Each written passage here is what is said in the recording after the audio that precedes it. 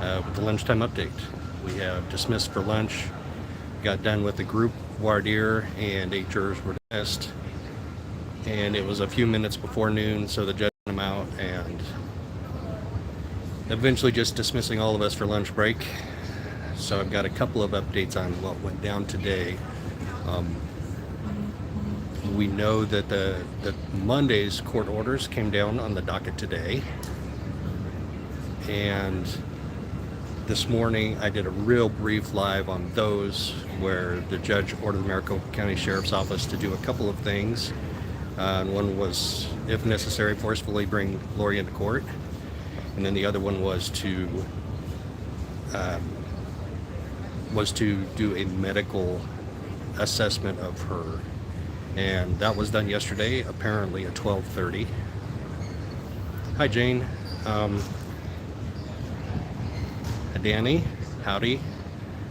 Howdy from sunny, actually decent weather Phoenix. So this morning was a little chaotic with all the rumors around, because when I posted those documents on Twitter at, I think it was 7 o'clock, I didn't say they were Monday.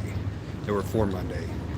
And so some people got confused and thought that that order was for today, and we didn't know. Hi, Rachel. Vanny, hello. Hello, everybody. Welcome in. Giving everybody a lunchtime update from Lori's jury selection. So yeah, there was a little bit of confusion, and I probably added that a little bit by not specifying that the orders I posted were for Monday and not today. So we get in the courtroom at 7:30. Hey, Salty. Thank you for being here.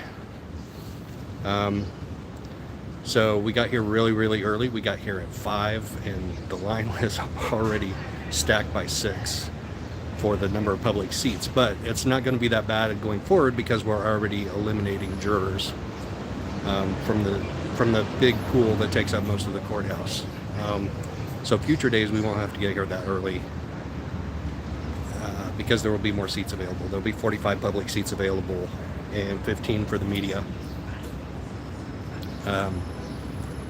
Anyway, so talking about what went on this morning, so we got upstairs and then heard from the man that is the source for that information, Justin Lum. Justin said, no, we don't have an order to transport today yet. And then, oh, Lainey, thank you so much. Thank you, I appreciate that. Lainey with the lunch fund, I love it. I appreciate that very much. But then about a half an hour later, Justin tweeted out, we do have a transport order for today. That was probably like 8:20. That may have even been closer to 9 o'clock before we found that out. So found out she's coming to court. We figured it because we saw Trina K come in, we saw Brandon Boudreaux come in, and then eventually we saw the defense team come in, the 2 advisory councils.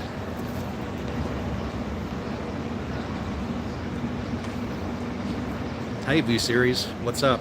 Hi and bye. Hi, Lolly. So we knew she was coming in. They let the media and the public in about 10 after 10, and she was already seated by the time we get in there. So people are like straining over, the desk that's behind her to see if she's in a wheelchair or not. She was not in a wheelchair. She was in street clothes. Her standard trial fare, the black pantsuit and the lavender blouse, was what she was wearing today. And so we get started like right away with the Maricopa County Sheriff's Office to report on what they found. And he said she was treated about 12:30 yesterday, so that's almost exactly within the 24-hour range that the judge gave them to do that assessment. He said we found one condition that we treated her for, or one issue, he said, not condition, one issue we treated her for, but we did not find anything that would clinically prevent her from attending court.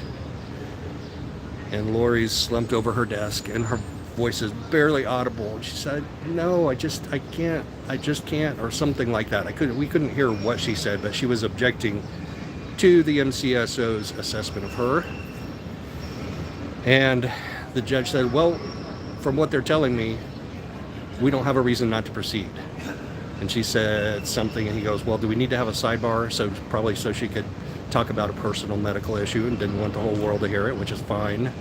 And that lasted a good 5 minutes. And the judge came back out of that, and he said, "Well, the court is ready to proceed with jury selection. And I find that there is no valid clinical reason. A headache is not a valid clinical reason, basically, for us not to proceed, and for you not to be able to proceed. And in fact, you were able just now to advocate for yourself to not proceed. So if you can advocate for yourself not to proceed, then you can advocate for yourself in front of the jury." So it's so like a dad talking to his teenage daughter, his petulant teenage daughter. Like that's a dad or son, dad to daughter or son. I said that to my son a few times, something similar. Not in a court situation, of course. But anyway, so he recesses so they can bring in the jury. And when he does that, there's a little off-the-record exchange between him and her two advisory councils. Well, Abernathy was sitting right next to her. I think Michael Abernathy. I always forget his name and get it mixed up. I think he's Michael Abernathy, but I know Pam Hicks. Pam Hicks was sitting behind her, like she usually does, in the desk behind her, and she got up and stood next to her, and she had this really sympathetic look on her face. And they said, I heard the word ibuprofen, so I think they were talking about maybe getting her some ibuprofen for her headache. But then and Nate Eaton, who was sitting right next to me, we both thought we heard her sobbing at one point after the judge left. I don't know if they got her any ibuprofen or not, but thought we heard her sobbing. So then we bring the jury in, and we start the group voir dire. First, the judge goes through all those legal things that they tell to the jury.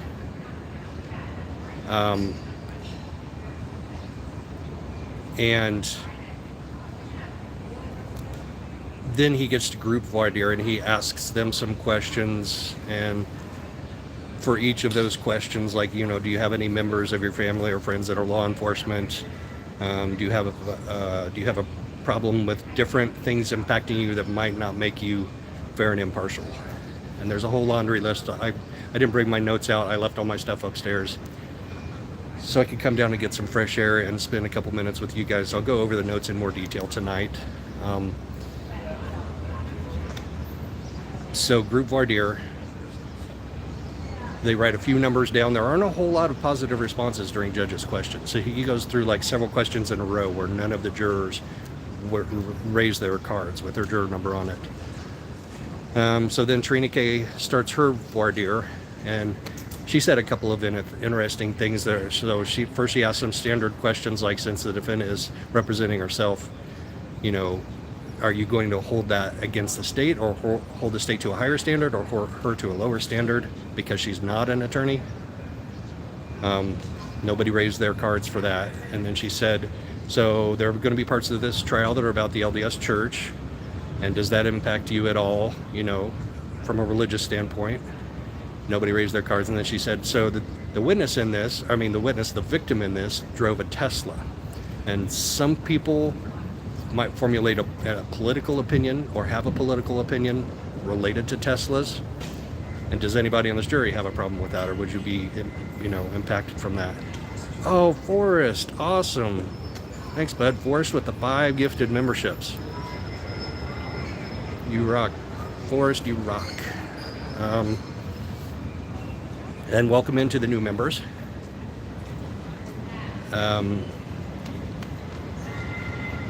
So she asked the question about LDS and Teslas, and I think off the top of my head, those were the most interesting questions for her. There was another one I had written on my notes that I think was kind of curious. I'll get to that tonight in detail.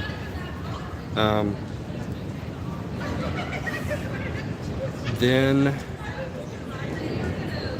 it's Lori's time, and I'm genuinely worried that her voice is going to be so low that she can't communicate with the jury. Guess what? Her voice completely changed. Her voice was loud and it was clear. I wouldn't say loud. Her voice was normal and it was clear, and she enunciated clearly. She sat up, as far as I could tell, sat up a lot straighter than she was before that. And she asked some, her usual questions. If I don't testify, I don't remember her asking if I don't testify on my behalf, will you hold that against me? I honestly don't remember if she asked that, because that was about the only question she asked last time. She asked some other wacky questions, but the whole time her voice was clear, enunciated clearly, no whiny little girl voice. Butterfly, hey there, Butterfly, welcome in.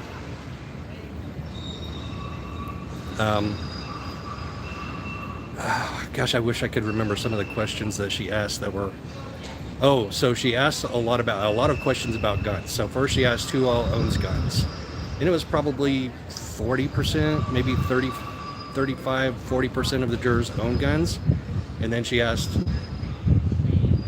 how many of those of you that raised your cards, how many of you would that impact, your ability to be a juror in this trial? And I don't think any went up. And then she asked if anybody in the jury pool had ever been to a shooting range. And almost, keep in mind we're in Arizona, almost every single one of the cards went up. It was 95% of the jurors. It may have been 99%. Because the judge read them all aloud one by one. And it took him a while to do that. And I'm thinking it would have been a better question to ask, how many of you haven't been to a gun range? And actually it would have provided a little levity in the courtroom.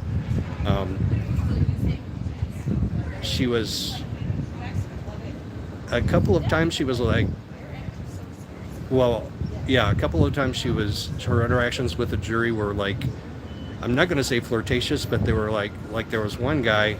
So she asked another question and she said, who of you have a lot of experience with firearms? And the first juror was a male, the other two were females that served in the Army. His dad was a gunsmith. So he grew up with guns. And she goes, he was a what? I'm sorry, I didn't hear you. He said he was a gunsmith. She goes, oh, a gunsmith. I have a hard time imitating her like that. And then a couple of the times she got positive responses on, would it bother you if, or did you have experiences in court besides being on a jury? So she asked how many were on a jury, and then she asked how many of you have had a court experience that wasn't being on a jury. And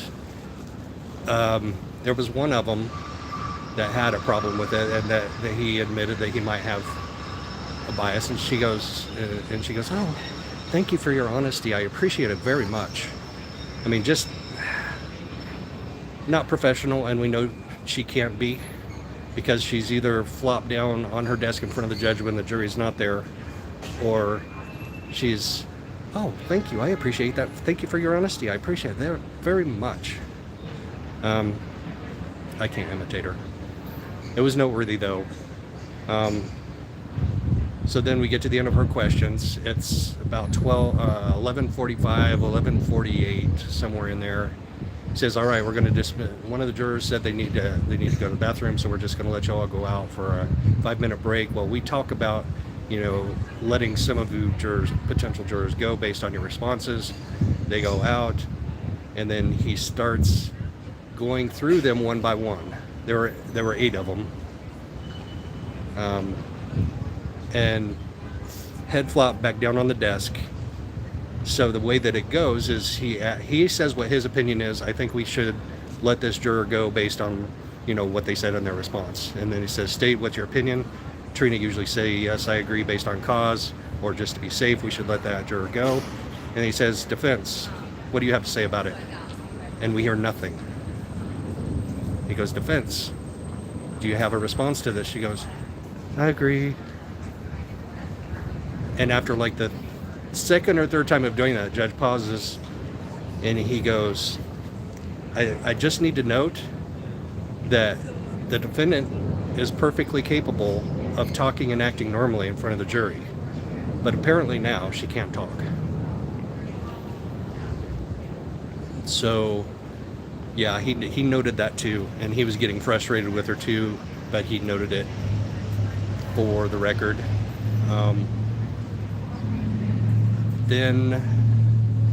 So they get through all those 8, and the judge just goes, you know, it's late enough now that why don't we just go ahead and break for lunch, and when we come back, we'll work on impaneling a jury. He goes, I don't think we should start opening arguments and closing arguments today. So Dizzy, if you could let Trial TV Live know we're not going to have opening arguments today.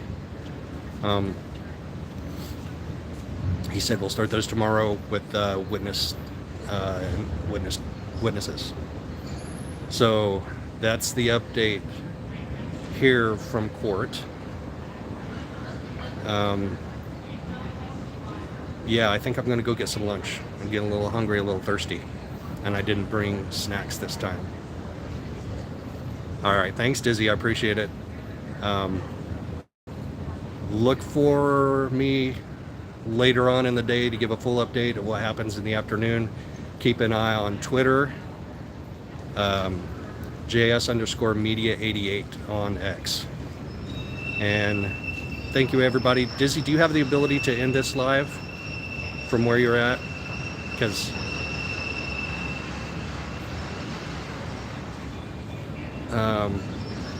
I don't know if I know how to. I think I probably can just by hitting the X at the top. But thank you, everybody, for coming in. Thank you for the super chats. Thank you for the lunch fund. Very, very much appreciated. Thanks, everybody, for watching and liking. Sub up if you haven't yet. And I'm having trouble reading some of those. So anyway, thanks for hanging with me for a couple of minutes and getting the update. And I will see you later.